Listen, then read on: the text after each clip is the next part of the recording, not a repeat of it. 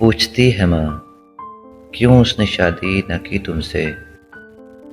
तुम तो कहते थे बहुत अच्छी है, तुम्हारा साथ कभी नहीं छोड़ेगी। माँ से भी तो कहा था उसने कि आपका बेटा बहुत अच्छा है। आज पूछती है माँ कि हुआ क्या है।